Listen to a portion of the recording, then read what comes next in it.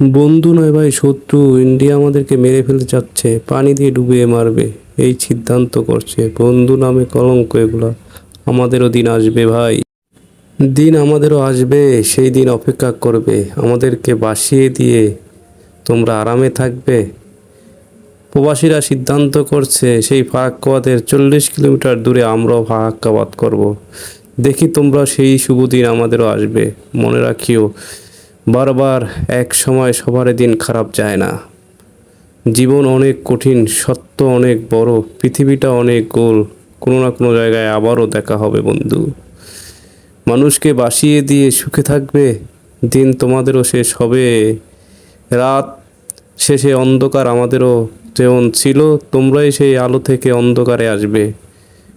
এই কঠিন সময় আমাদের এই বিপদে ফেলালে, বন্ধু হয়ে বন্ধু শত্রুর মির্জাফরের মির্জাফরের মতো ব্যবহার হইল।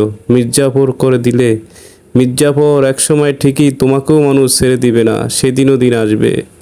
আর আমাদের দেশের বন্যার অবস্থা খুব ভয়াবহ অবস্থা। দেশে প্রচুর পরিমাণ পানি ঢুকছে ইন্ডিয়া থেকে। এই পানির কারণে এমন অবস্থা, দেখেন কি ছিল আর কি হয়ে গেল। দেখেন কোথায় থেকে কি হলো, এখন পুরো ঘরবাড়ি ডুবে মানুষ এই যে কাকু কান্না করতেছে। কি হবে জীবনের, কতটুকু, কেউ নেই, বাচ্চা নাই, ছেলে মেয়ে সন্তান নেই, কান্না করতেছে। সব হারিয়ে অসহায়। এই দিন যারা করছে তাদের দিনও আসবে ভাই, অপেক্ষা করো। মানুষকে কাঁদিয়ে কেউ সুখী হয় না, কারো বিপদে দেখে কেউ মস্করা করো না ভাই।